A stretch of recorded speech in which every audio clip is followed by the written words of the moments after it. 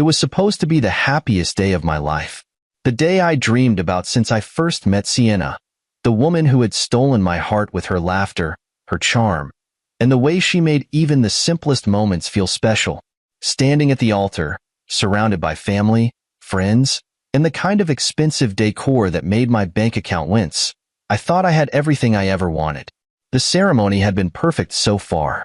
The venue was a grand estate, the kind you see in those luxury wedding magazines, all polished marble and chandeliers that cost more than a year's rent.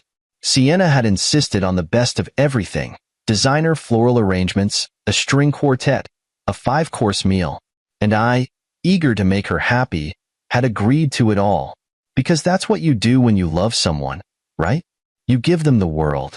I remember standing there, heart pounding, hands slightly clammy despite my confidence. Sienna stood across from me, breathtaking in a lace gown that hugged her body perfectly. Her makeup was flawless, her hair styled in soft waves, and when she smiled, it was enough to make any man weak in the knees. Then, just as the officiant was about to start, she leaned in close enough that only I could hear what she said. "You have to pay me your $7,490 monthly salary, or I will marry your handsome, rich brother." I thought I misheard her. The words didn't make sense. The sentence was clear, the intent unmistakable, but my brain refused to process it. Maybe it was a joke. Maybe she was nervous and saying nonsense to keep herself from breaking down in tears. But when I pulled back and looked at her, I saw none of that. No hesitation. No nervous giggle. No indication that this was anything but cold, calculated reality. I stared at her, my chest tightening as my heartbeat slammed in my ears. She was serious. She wanted my entire paycheck every month, as a condition of this marriage. And if I didn't agree, she had a backup plan. My own brother, Lucas. He was standing there in the front row, looking effortlessly put together as always. Taller than me, lean, well-dressed, and annoyingly charismatic. The kind of guy who never had to try too hard. He had always been the golden child of the family, the one who got away with everything, the one my parents constantly compared me to. If he failed, it was a learning experience. If I failed, it was disappointing. I had spent my whole life trying to step out of his shadow, trying to prove I was just as capable, just as worthy of attention. And now, here was my bride, my supposed soulmate, using him as leverage against me. For a split second, I felt sick. Not just with anger, not just with betrayal, but with the sheer absurdity of it all. Was I really standing at my own wedding being blackmailed? Was this really happening? I forced myself to breathe, to stay calm.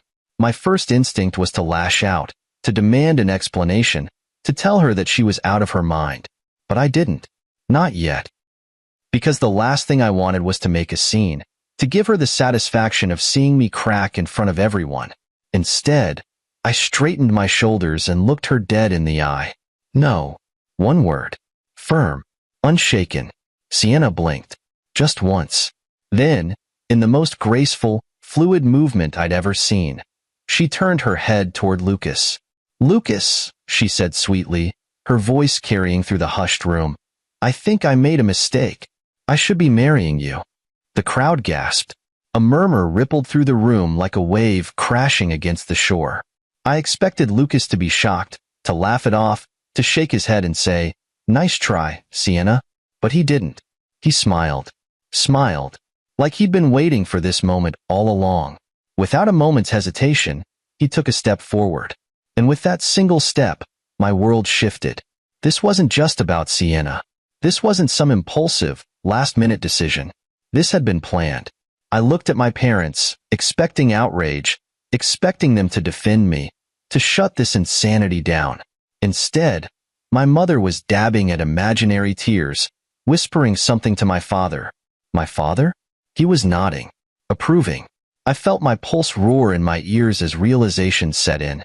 They were fine with this. More than fine. They were happy about it. Lucas had always been their golden boy, their pride and joy. If they had a choice between their successful, charming eldest son and the man standing at the altar, the one they never quite deemed good enough, they were always going to choose him. I was nothing more than a placeholder until a better option came along. A bitter laugh nearly escaped my throat, but I swallowed it down.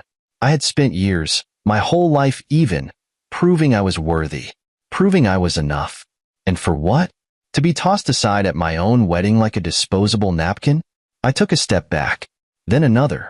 The officiant was speechless, the guest confused. The air was thick with tension, waiting for me to react, to explode. But I didn't give them the satisfaction. I turned, and without another word, I walked away. Out of the venue, out of their lives, out of the trap they had set for me. I didn't know where I was going. I just knew I was done. I kept walking. I didn't know where I was going, and I didn't care. All I knew was that I had to get out of there, away from them, away from the suffocating weight of betrayal pressing against my chest. My wedding. My wedding. And yet, it felt like some twisted nightmare playing out in slow motion. I could still hear the gasps of the guests, feel the burning stares of the people I had trusted, the ones I had let into my life. But most of all, I could hear her voice. Sienna's voice, smooth and confident, calling out to Lucas like she had just decided to change dinner reservations instead of abandoning her groom at the altar. "Lucas, I think I made a mistake. I should be marrying you." That sentence kept repeating in my head, like a broken record that wouldn't stop skipping. And the worst part? Lucas hadn't even hesitated. I had expected shock, awkward laughter, maybe even an attempt to defuse the situation. Instead, he had stepped forward like he had been waiting for that moment his entire life. Because he had. That realization hit me like a punch to the gut. This wasn't impulsive. This wasn't some last-minute crisis of conscience on Sienna's part. This was a setup. How long had they planned this?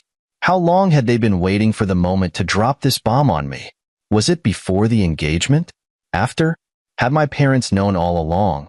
Or had they just gone along with it the moment Lucas agreed? I clenched my fists. I could feel the nails digging into my palms, grounding me in a way that the rest of my body refused to. For a brief second, I considered turning back. Not to beg, never that, but to demand answers. To get in Lucas's face, to grab Sienna by the wrist and make her tell me exactly when she had decided that I was just a stepping stone toward the life she really wanted. But then I pictured the smirk on Lucas's face. The way he had stepped forward with that easy confidence, as if he had always known he was the better option. The way my mother had dabbed at her eyes, not from sadness, but from joy. The way my father had nodded in approval, like this was just another smart business decision. And I knew I would never get the answers I wanted, because none of them saw me as someone worth answering to. I kept walking. The streets were quiet, a stark contrast to the chaos I had left behind. A wedding venue filled with gasping guests, stunned silence, and a bride who had thrown her own vows out the window like they meant nothing. Because they hadn't. Sienna had never meant them. And Lucas had never once been on my side.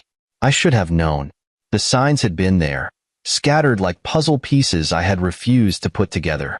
The way Sienna would always light up when Lucas was around. The way my parents always seemed warmer, happier, whenever Lucas was the one talking. The way I had always been just a little bit less, a little bit second place, even when it came to my own life. I had ignored it, chosen to believe that love and family meant something more. That was my mistake. I stopped at a quiet cafe on the corner of the street, the kind of place that always smelled like freshly brewed coffee and warm bread, the kind of place where, for a few minutes, you could pretend the world outside didn't exist. I needed that. I stepped inside, ordered something. I didn't even register what, and found a seat in the back, away from the windows, away from anyone who might recognize me. My phone buzzed. I ignored it. It buzzed again. I didn't even need to check the screen to know who it was. I stared at the black surface of my coffee, my reflection distorted in the ripples. How many times had I imagined this day? Not like this, of course. In my version, Sienna and I would be laughing, hands intertwined, celebrating the start of our new life. Lucas would be there, of course, because why wouldn't he be? He was my brother. He was supposed to be family. My parents would be proud. My friends would be cheering, and I would finally feel like I belonged. But that was never going to happen. Not then. Not now. Not ever. The phone buzzed again, longer this time. A call. I let it ring. Eventually, curiosity got the best of me. I pulled the phone out of my pocket and glanced at the screen. Sienna. My grip tightened around the device. My instinct was to toss it across the room, let it shatter into as many pieces as she had left my pride in. But instead, I just watched it ring until it stopped. A few seconds later, a message appeared. Come back, please. I exhaled, a humorless chuckle escaping before I could stop it. She thought I would come back. She thought I was still that guy, the one who would swallow his pride, forgive the unforgivable, and let himself be played one more time. She didn't know me at all. The phone buzzed again. Another message. It's not what you think. Just come back. I'll explain everything. Explain? What was there to explain? Had she momentarily lost her mind? Had she been possessed at the altar, spouting nonsense she didn't mean? Had she been pressured into making the worst decision of her life? No. Sienna didn't make mistakes. She made choices. Calculated, strategic choices. And she had chosen Lucas. I took one last sip of my coffee, letting the bitterness settle in my mouth before I set the cup down and got up. I wasn't going back. There was nothing left for me there. But for some reason, I still couldn't bring myself to block her number. Not yet. I didn't go back. Not to the venue. Not to my family. Not to the mess I had left behind. I walked out of that wedding and never looked back. And yet, the weight of it clung to me like a second skin. It didn't matter how far I walked or how many blocks I put between myself and the disaster. I could still hear Sienna's voice, still see the smug look on Lucas's face, still feel the silent approval radiating from my parents. They had all played their parts so perfectly. I had been the only fool in the room. I kept moving, letting my feet take me wherever they wanted. My tuxedo jacket felt suffocating, so I pulled it off and tossed it onto a bench, not caring who picked it up. The tie came next, yanked loose and stuffed into my pocket. My head was spinning, my chest tight. It was as if my body hadn't quite caught up to the fact that it was all over, that I wasn't married, that the woman I loved had sold me out for something shinier, that my own brother had stepped into my place without a second thought. I walked for hours. I ignored the buzzing in my pocket. Sienna was still trying to reach me. So was my mother.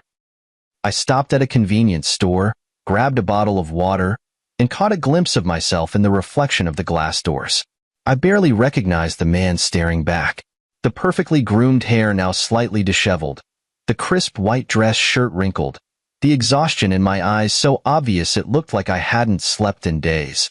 I had gone to that wedding expecting a celebration. I had walked out of it looking like I had just survived a war. And in a way, I had.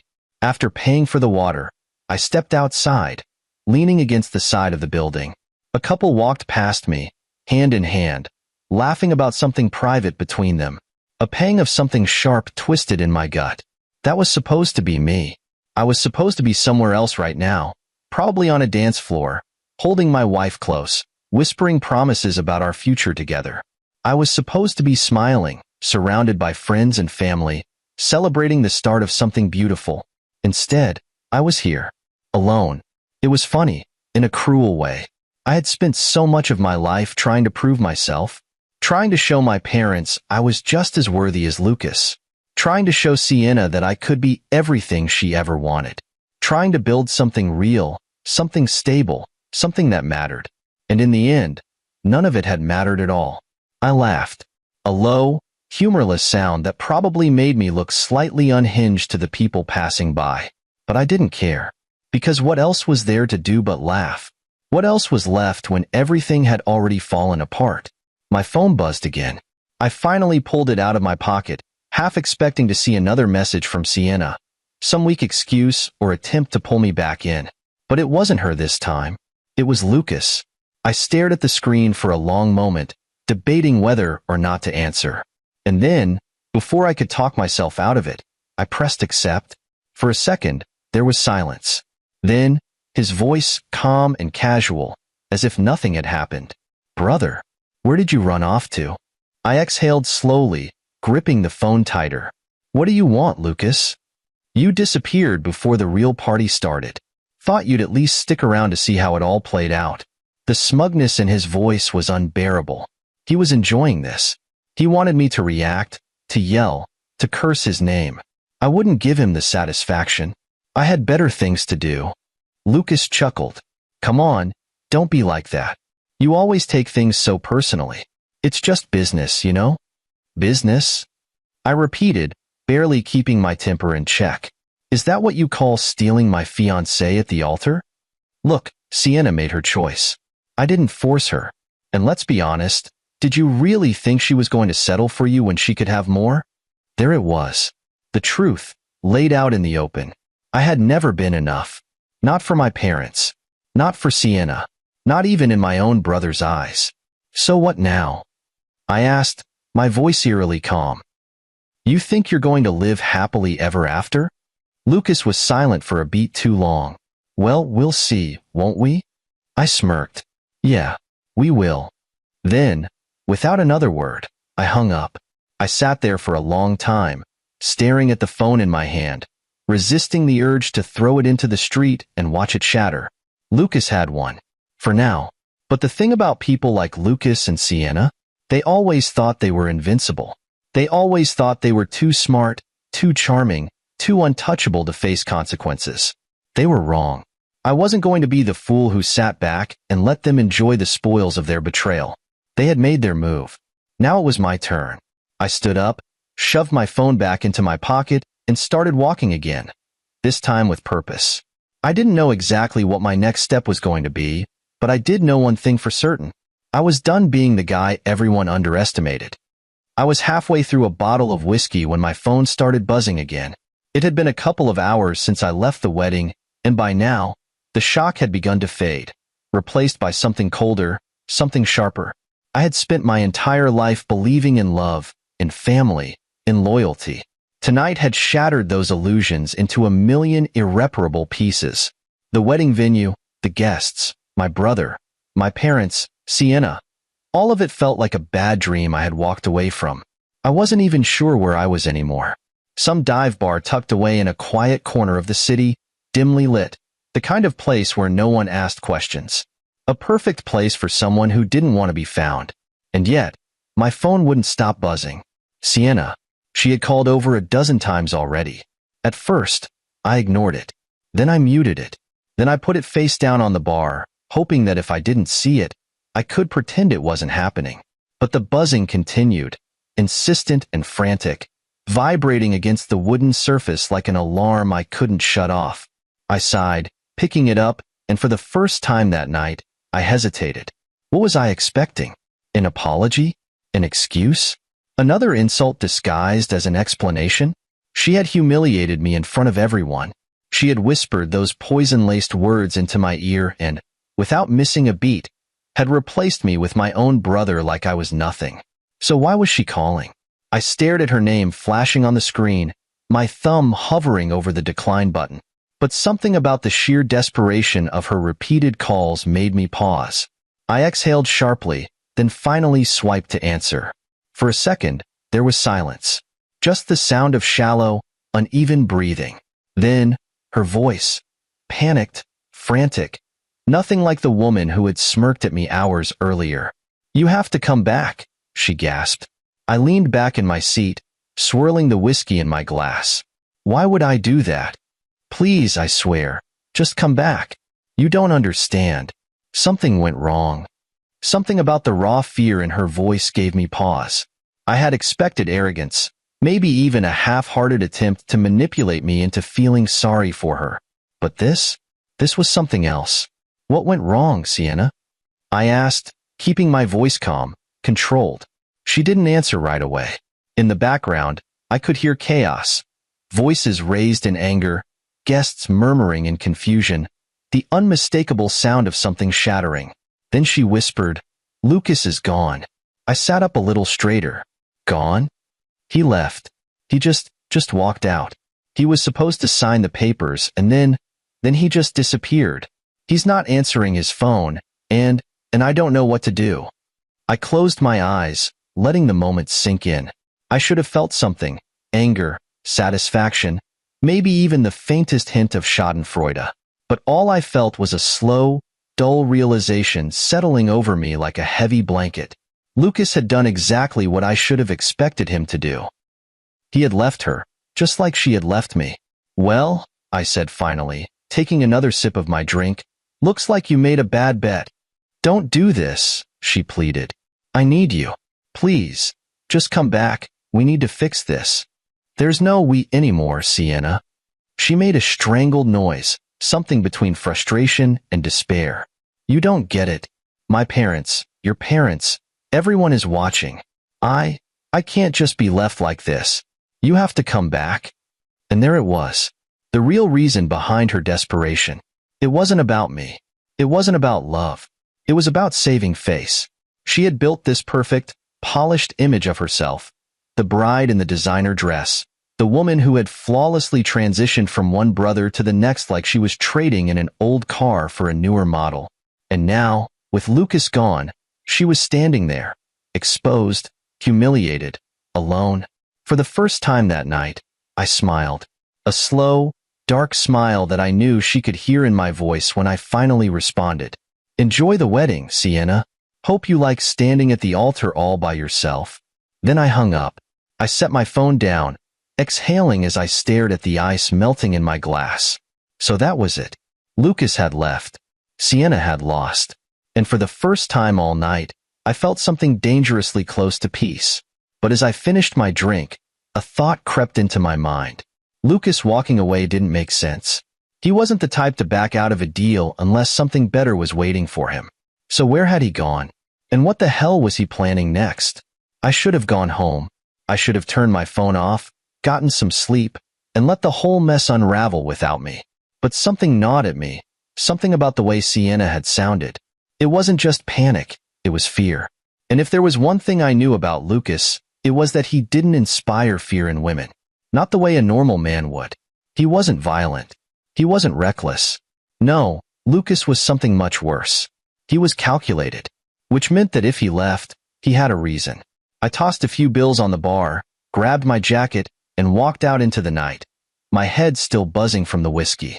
I hailed a cab, gave the driver the name of the venue, and spent the entire ride trying to convince myself that I didn't care. That I wasn't going back because I still had feelings for Sienna. That I wasn't doing this because, deep down, I wanted her to tell me I had been the right choice all along. I was going back because I wanted to see the wreckage. And when I stepped out of the car, that's exactly what I found. The once grand wedding hall, the one I had paid for, now looked like the aftermath of a storm. Guests were scattered in clusters, whispering behind their hands, some already filing out the front doors like they wanted to escape before the next disaster hit. Inside, the flowers that had once adorned the tables were now crushed on the floor, trampled in the chaos. A glass had been knocked over near the buffet, red wine bleeding across the expensive white tablecloths like an omen. At the center of it all was Sienna. She stood near the altar, still in her pristine white dress, but the confidence, the arrogance, that had once radiated off her was gone. She looked abandoned. And the best part? My parents stood beside her. Their perfect son, their golden boy, had humiliated them all. I stepped forward, and every head in the room turned toward me. Sienna's eyes locked onto mine, wide, desperate. She rushed toward me, grasping my arm before I could stop her. "Thank God you're here," she whispered.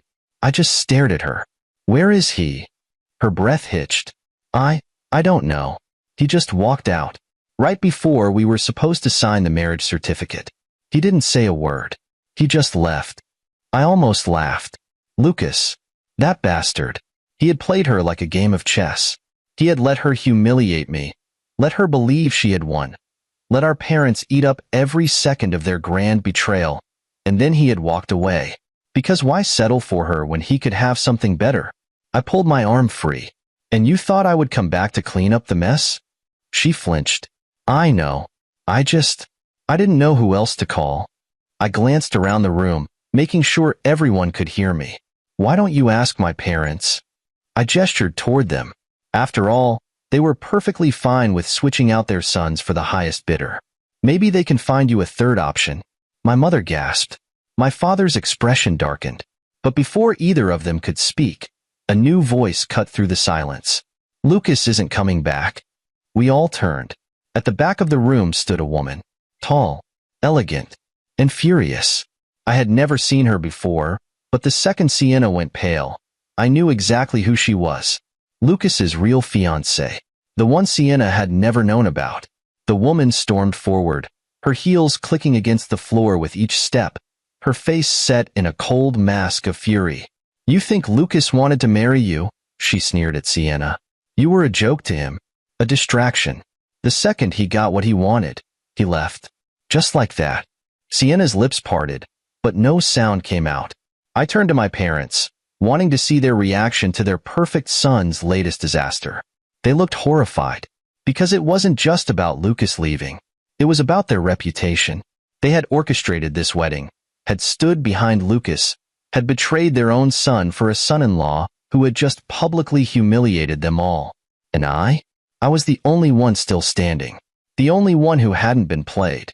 The silence stretched between us all, thick with tension, with realization, with defeat. Then, finally, I exhaled, stepped back, and said the only thing that made sense. "Looks like the wedding's over." And then I walked away. Again. This time, for good. I was almost out the door when I heard my mother's voice behind me. Wait. I didn't. I had already walked away from this mess once. I had already been humiliated, cast aside, used as a stepping stone for my brother's ambitions and Sienna's greed. There was nothing left for me here. No apology, no explanation, no excuse that would undo the betrayal I had endured. But then I heard my father's voice, low and unsteady. "We were wrong." That made me stop, not because I wanted to hear them out, but because in all my years, I had never once heard my father admit he was wrong. Not about business, not about family, and certainly not about Lucas. I turned around slowly, hands in my pockets, my expression unreadable. "What was that?" I asked, my voice flat. My father, the man who had spent my entire life looking at me like I was second best, exhaled deeply. His face, usually hard and composed, was tight with discomfort. My mother, standing next to him, dabbed at the corner of her eye with a silk handkerchief. Whether it was genuine or just for show, I didn't care. "We made a mistake," he repeated, glancing toward the stunned crowd, as if the weight of what had just happened was finally sinking in. I gave him a slow, humorless nod. "Yeah, you did." The words felt good. Sienna stood between them, her hands trembling at her sides. I could see it now, the cracks forming in her perfect exterior, the realization setting in that she had played the wrong game and lost spectacularly. She had been so sure of herself, so convinced she could manipulate her way into my family's wealth. And for a moment, it had worked. Until Lucas had pulled the ultimate con. He had never intended to marry her. The truth was still settling over everyone like a thick fog. The guests, once whispering in scandalous delight, now stared in open horror at the sheer scale of the disaster unfolding before them. And standing at the very center of it all was Sienna, abandoned at the altar for the second time in a single night. She looked at me then, a mix of shame, desperation, and something dangerously close to regret. "I didn't know," she whispered, her voice barely audible. "I swear, I didn't know about her. About his fiancée." I tilted my head. "And I'm supposed to feel sorry for you?" She flinched. I stepped closer, just enough that only she could hear me. "You thought you were playing him, but Lucas was playing you, and you didn't even see it coming." She swallowed hard, blinking rapidly as if trying to push back the tears welling in her eyes. "I never meant to hurt you," she whispered. I almost laughed. "You whispered at the altar that if I didn't give you my salary, you'd marry my brother instead," I said, my voice calm, deliberate. "You didn't just mean to hurt me, Sienna. You planned it." She shook her head quickly. "I thought it would be different. You thought Lucas would stay." I cut her off. "That's what this is really about, isn't it? You don't care about me. You never did. But him leaving? That wasn't in your script." She bit her lip, her hands curling into fists. "He told me we'd be together. He told me." Lucas tells a lot of people a lot of things. A choked sound escaped her, half a sob, half a bitter laugh. I could see it now, the storm raging inside her. The perfect life she had envisioned, slipping through her fingers. And the best part? She had no one to blame but herself. I turned my attention back to my parents, who were still standing there, still trying to salvage whatever dignity they had left. "So," I said, shifting my weight, "what happens now?" My mother cleared her throat delicately. We will find a way to fix this." "Fix what?" I asked. "Your golden son just humiliated you in front of everyone. He abandoned the bride you wanted for him. And now, the whole city is going to be talking about this disaster for weeks. So tell me, Mom, what exactly do you plan on fixing?" She opened her mouth, then closed it, looking to my father as if hoping he had an answer. He didn't. Because there wasn't one. This was their mess. And for the first time, they had to sit in it. I could have stayed. I could have watched them scramble, watched Sienna try to pick up the pieces of her broken fairy tale. But I had wasted enough time on people who had proven they weren't worth it. So I gave my parents one last look, then turned to Sienna. "Good luck with that wedding," I said, voice dripping with mock sympathy. "I hear third time's the charm."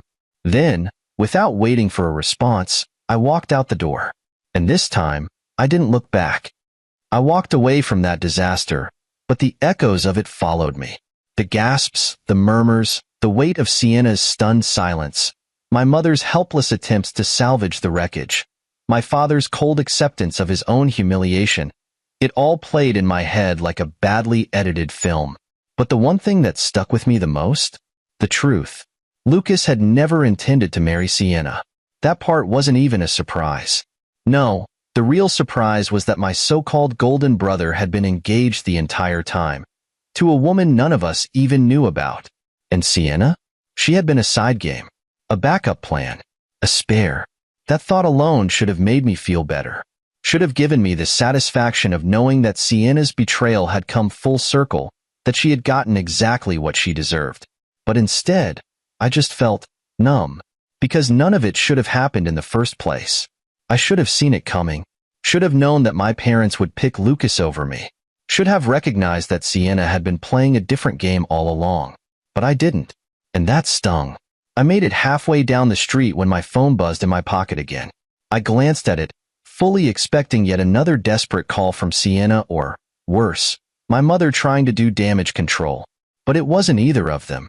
It was her, Lucas's secret fiancée, the woman who had stormed into the wedding and shattered the last piece of Sienna's illusion. I debated ignoring it, but something about her walking into that room with more rage than I had ever seen in my life made me press accept. "I was hoping you'd answer," she said immediately.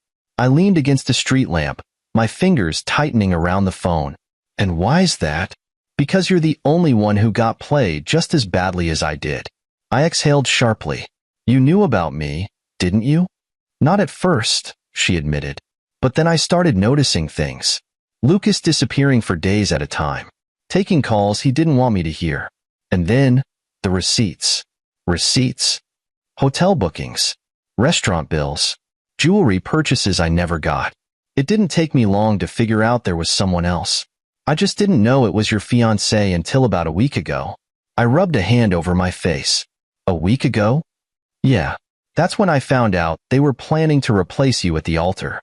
I froze. "Wait, you heard me. You're saying Lucas knew about this weeks before the wedding?" "Of course he did. Why do you think he played along?" She let out a bitter laugh. "Lucas never does anything unless it benefits him." I stared at the pavement, my stomach twisting. Lucas hadn't just taken advantage of an opportunity when Sienna called out to him at the altar. He had known it was going to happen. This wasn't just a last-minute betrayal. It had been planned. The realization settled over me like a heavy weight. "How long have you been engaged to him?" I asked, my voice quieter now. "Almost 2 years," she said, and something in her voice cracked. 2 years, and he let me walk into that room thinking we had a future. Let me stand there, knowing that I was about to watch him marry someone else. She went silent for a moment. "I almost didn't go," she admitted. "But then I thought, why should he get to control the story? Why should he get to humiliate me in private while pretending he's the perfect son in public?" I exhaled slowly. "So you made sure everyone knew the truth?" "Damn right I did." For the first time that night, I felt something other than anger. Respect. Because I had walked away. But she had burned everything down on her way out. So what now? I asked. She sighed. Now? Now I make sure he pays. You? I looked around at the city lights, the streets stretching endlessly in both directions. Now I move on. Just like that? Just like that. She hummed. Wish I could do the same. Why can't you? Because unlike you, I don't just want to walk away. I want him to feel what I felt. I want him to lose everything the way I did. And trust me, Lucas has a lot more to lose than you. I almost smiled. Sounds like you've got a plan. Oh, I do. Good luck then. She hesitated. You too. Then she hung up. I slid my phone back into my pocket and stood there for a moment, breathing in the cool night air. Lucas had made his move. Sienna had made hers. Now, it was my turn. I had wasted enough time trying to prove myself to people who didn't deserve it. It was time to prove something else. That I didn't need any of them. That I would be just fine on my own. And that no one, not Sienna, not Lucas, not even my parents, was ever going to use me again. I had walked away from that disaster of a wedding, but the weight of it still clung to me like a second skin. The humiliation, the betrayal, the sheer absurdity of the whole situation. It wasn't something I could just shake off. I had spent years thinking I was building something real. I had poured everything into my relationship with Sienna, trusting her, believing we had a future. And in the end, all I had been was a stepping stone to a life she thought she deserved more than me. And Lucas?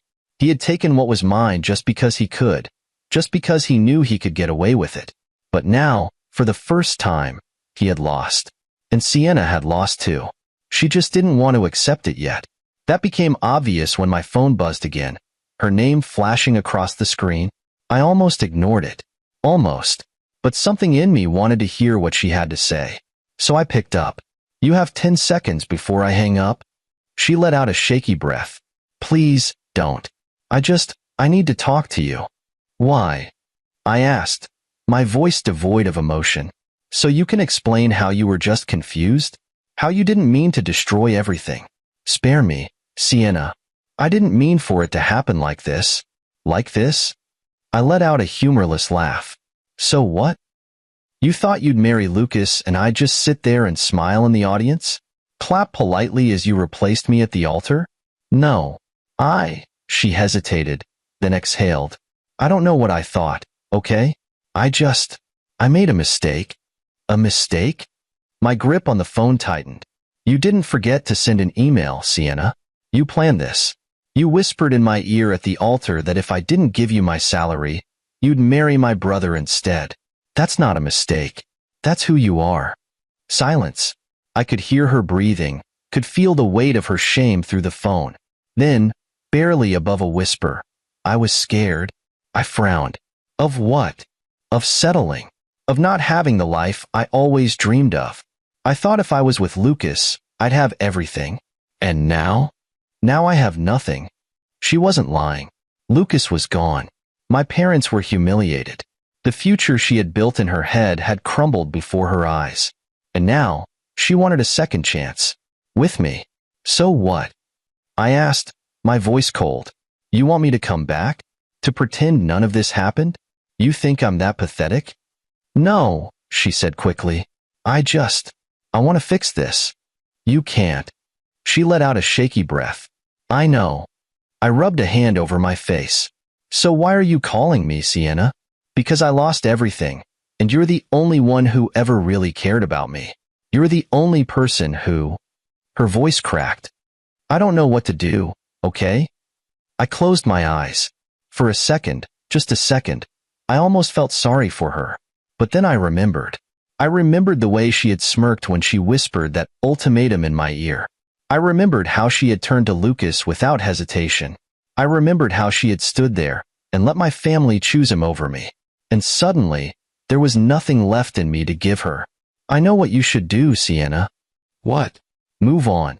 Like I did. Silence. Then she whispered, Is that really it? Yeah. And then, before she could say anything else, I ended the call. I stood there for a long moment, staring at the city lights, the night air cool against my skin. That was it. That was the last thread. Sienna was gone. Lucas was gone. And I was free. I wasn't going to waste another second on people who had proven they weren't worth it. I turned my phone off, slid it into my pocket, and walked away. This time, toward a future that was truly mine. I didn't wake up the next morning feeling different. There was no grand epiphany, no cinematic moment where I stared into the mirror and saw a completely transformed man. No, it was more subtle than that. Like the weight I had carried for years had finally started to lift, one feather at a time. For the first time in years, I had no one to answer to but myself. No fiancé expecting me to finance her lavish lifestyle. No brother waiting to one-up me at every turn. No parents hovering in the background, measuring my worth against a standard I was never meant to reach. It was just me. And my life. And whatever I chose to do next. I made a decision right then and there. I was done looking back. The first thing I did was block Sienna's number. I had given her the closure she wanted. I had listened to her excuses, let her voice tremble with regret, and then cut her out of my life for good. There was no point in leaving the door open, no point in waiting for her to come crawling back, hoping for one last chance to manipulate me. And Lucas? I knew he'd resurface eventually. People like him always do. They disappear just long enough to let the damage settle, then return with a new angle, a new strategy, a new lie. I wasn't worried about him. If he ever came back, I'd be ready. But my parents? That was a different story.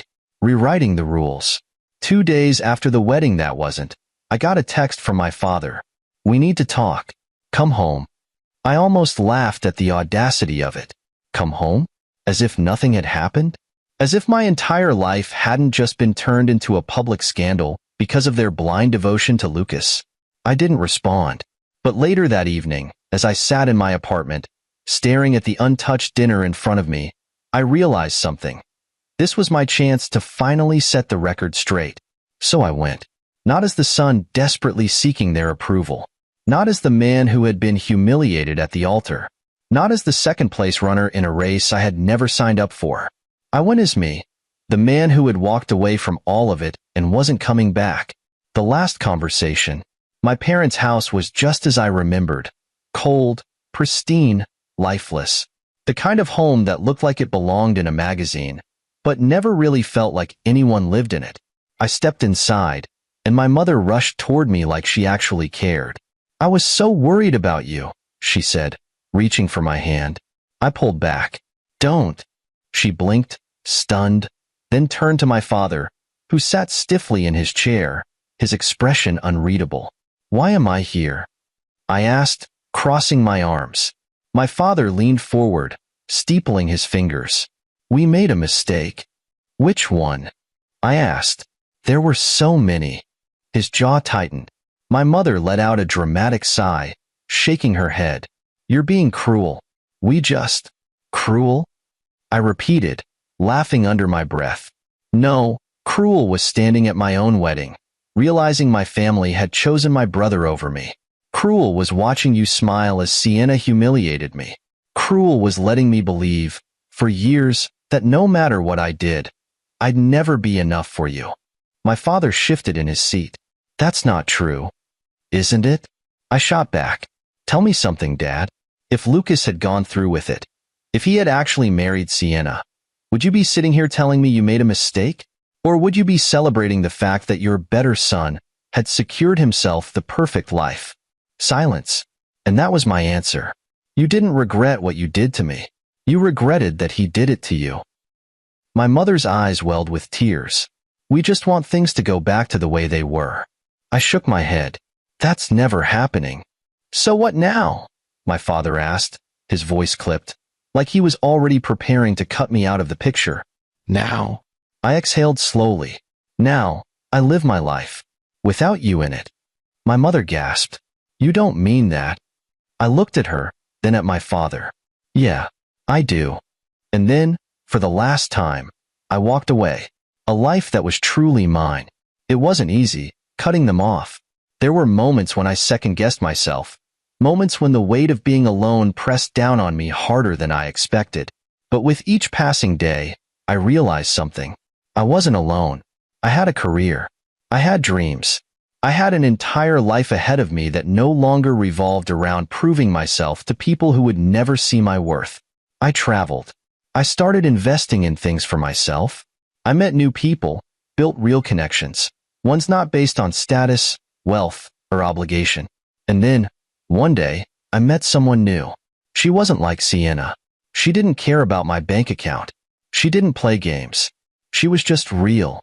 And for the first time, so was I. I wasn't the man at the altar anymore.